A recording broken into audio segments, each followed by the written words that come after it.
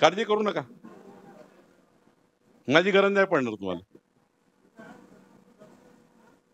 माझी गरज पडली त्या ठिकाणी वरची शीख माझी आहेत, पण या समाजाला, धनगर समाजाला न्याय देण्याकरता राम शिंदे एकटाच काफी आहे, काही काळाची गरज नाही.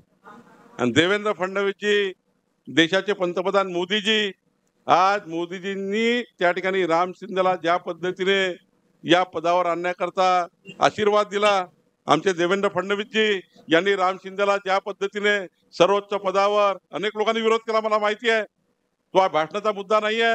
राम शिंदे या पदावर येऊ नये याकरता कोणी कोणी प्रयत्न केले त्याची यादी अध्यक्षाकडे असते, दुसऱ्याकडे नाही कोणाकडे.